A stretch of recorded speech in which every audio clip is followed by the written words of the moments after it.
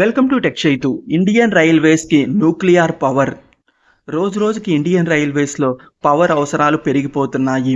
వాటిని మీట్ అవటం కోసము ఇండియన్ రైల్వేస్ న్యూక్లియర్ పవర్ పైన కాన్సన్ట్రేట్ చేసింది. ఆ వివరాలేంటో మనం ఈ వీడియోలో తెలుసుకుందాము. ప్యారిస్ డీల్లో భాగంగా ఇండియన్ గవర్నమెంట్ కార్బన్ ఎమిషన్స్ని జీరో చేయాలని గోల్ పెట్టుకుంది.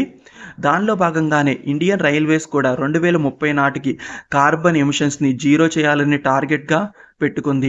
అందుకనే డీజిల్ రైల్వే లైన్స్ అన్నిటిని ఎలక్ట్రిక్ రైల్వే లైన్స్గా మారుస్తున్నారు. ఎందుకంటే డీజిల్ ట్రైన్స్ ద్వారా కార్బన్ ఎమిషన్ అనేది జరుగుతుంది, కానీ ఎలక్ట్రిక్ ట్రైన్స్ ద్వారా అది ఉండదు. కాబట్టి ఈ డీజిల్ లైన్స్ అన్నిటిని ఎలక్ట్రిక్ లైన్స్గా మారుస్తున్నారు. ఇప్పటికే దేశవ్యాప్తంగా 90% లైన్స్ని ఎలక్ట్రిక్ లైన్స్గా మార్చారు, బ్రాడ్ గేజ్ లైన్స్ని. మన తెలుగు రాష్ట్రాల్లో కూడా కేవలము వాడుకలో లేని లైన్స్, కొత్తగా నిర్మిస్తున్న లైన్స్ మాత్రమే డీజిల్ లైన్స్గా ఉన్నాయి. మిగతావన్నీ ఎలక్ట్రిక్ లైన్స్గా మారిపోయాయి. సో ఇలా రోజు రోజుకి ఎలక్ట్రిక్ ట్రైన్స్ పెరిగిపోవటం వల్ల దానికి తగ్గట్టుగా పవర్ అనేది అవసరం అవుతుంది. అందుకని ఇండియన్ రైల్వేస్ వాళ్ళు ఇప్పటికే హైడల్ పవర్, వాటర్ ద్వారా జనరేట్ అయ్యే పవరు, విండ్ ద్వారా జనరేట్ అయ్యే పవర్, విండ్ మిల్స్ ద్వారా, సోలార్ ద్వారా జనరేట్ అయ్యే పవర్, సో ఈ పవర్ పైన ఫోకస్ పెట్టింది. దానిలో భాగంగానే ఇప్పటికే కొన్ని విండ్ ప్లాంట్స్ని, సోలార్ ప్లాంట్స్ని కూడా ఓపెన్ చేసింది.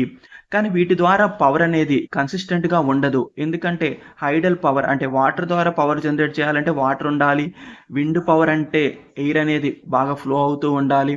ఇంకా సోలార్ పవర్ అనేది ఇంకా ఎండ అనేది ఉండాలి. సో ఇవన్నీ ఉంటేనే వీటి ద్వారా పవర్ అనేది వస్తుంది. సో కన్సిస్టెంట్గా పవర్ అనేది ఉండదు. అందుకని ఈ న్యూక్లియర్ పవర్ పైన కాన్సన్ట్రేట్ చేస్తుంది.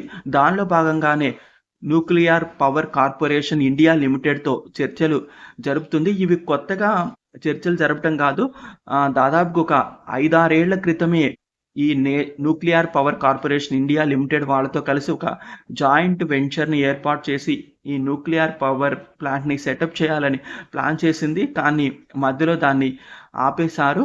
కానీ భవిష్యత్తు అవసరాలని దృష్టిలో ఉంచుకుని, అంటే భవిష్యత్తులో అంటే 2030 నాటికి ఇండియన్ రైల్వేస్కి 8.5 గిగావాట్ పవర్ అవసరం అవుతుందంట. సో దాన్ని మీట్ అవటం కోసము మళ్ళీ ఈ nuclear power corporation India limited వాళ్ళతో చర్చలు జరుపుతుంది. ఈ న్యూక్లియర్ ప్లాంట్స్ని సెటప్ చేసి వాటి ద్వారా పవర్ని జనరేట్ చేయడం కోసము. అంటే హై కెపాసిటీ రియాక్టర్స్ని యూజ్ చేయరు. సో ఎంత కెపాసిటీ రియాక్టర్స్ అయితే అవసరమో అంత కెపాసిటీ రియాక్టర్స్ మాత్రమే వాడతారు.